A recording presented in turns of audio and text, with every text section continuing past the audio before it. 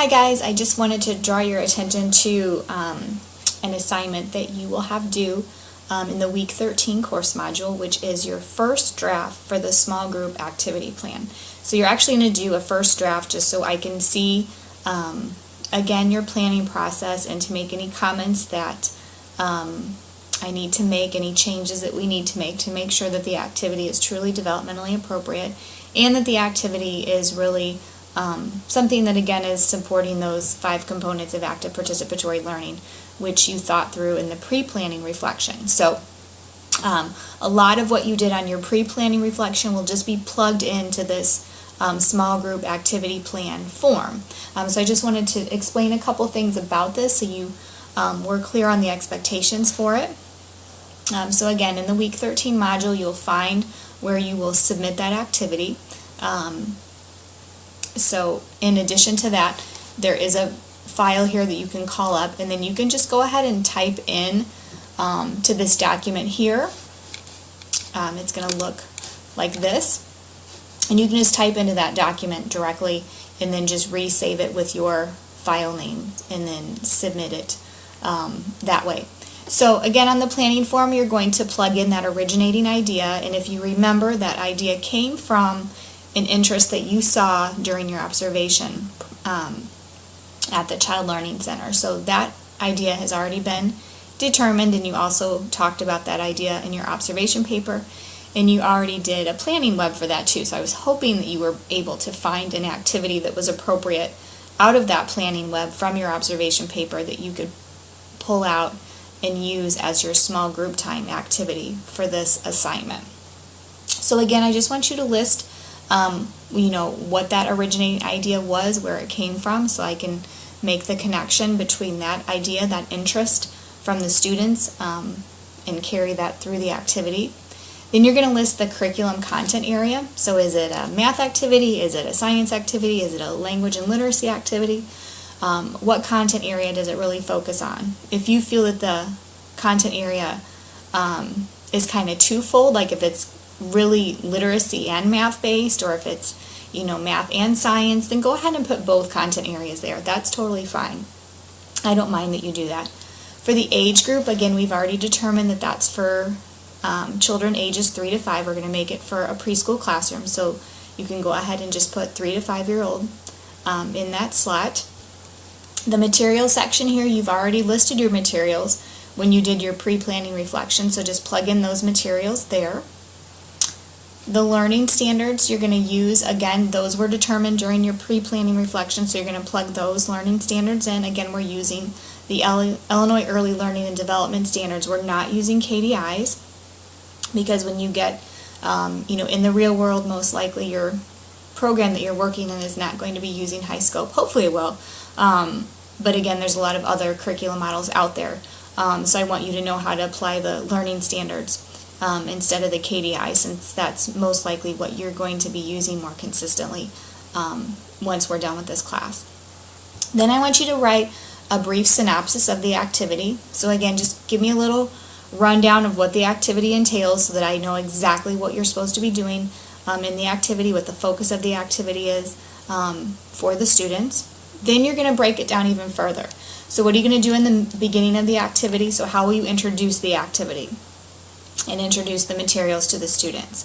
In the middle of the activity, what are you going to do? How are you going to scaffold the children's learning at the different levels? So think about the different developmental stages that students may be in your small groups, and think of ways that you will be scaffolding that activity during the middle of the activity. So again, that's going to be when the children are working, they're engaged in the activity, they're actively engaged in the activity, and you're going to be there to support them. So what will you be doing during that time to help them in that process? And then the end of the activity is how you're going to wrap it up. So how you'll give them a warning that it's almost time for the activity to come to a close. How will you transition into the next part of the daily schedule? So again, this is just a play-by-play of exactly how the activity is going to go. And this is going to be very helpful when you go to implement and videotape this activity. You'll know exactly what you need to be doing. And then this last piece is an assessment. What we want to make sure is that the learning standards are helping you focus the activity. So whatever outcomes the students have here should point back to what your focus is through the standards. And then when you come back to the assessment, you're going to ask yourself, how do I know that the students met these standards during my activity?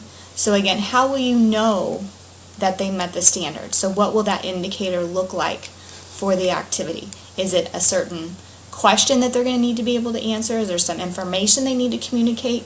Will there be some sort of a work sample that you'll take away to show their learning?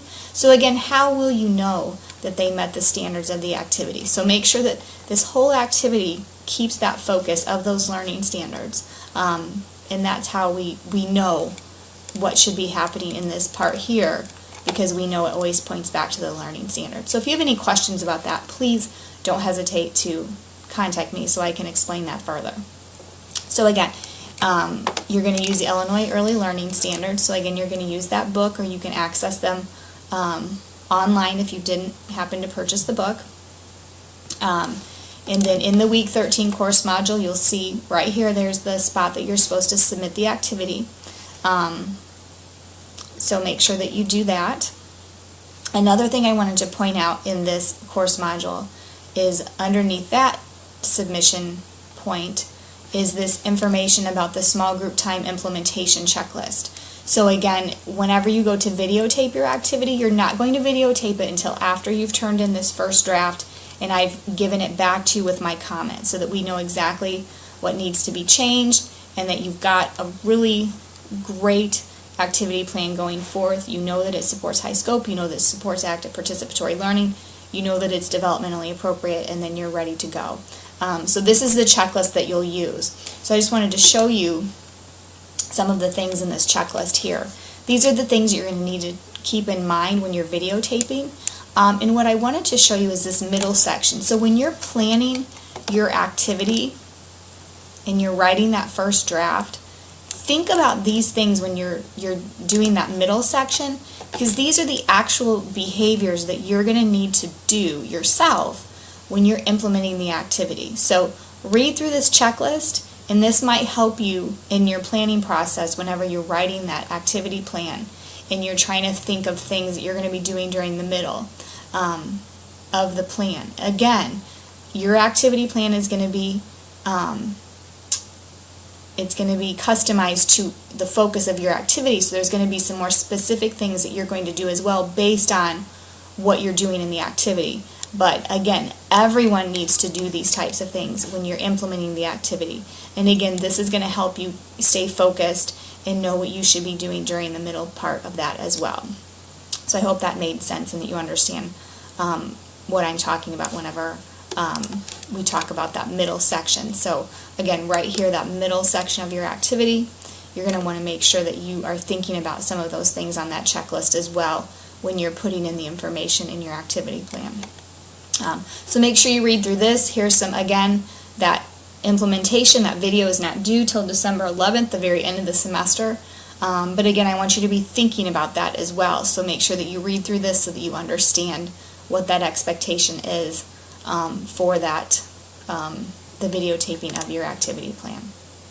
Okay, I think that is all that I have for now. If you have any final questions about the small group time activity planning form, please don't hesitate to ask me. And good luck, and I can't wait to read your activity plans. Take care, guys.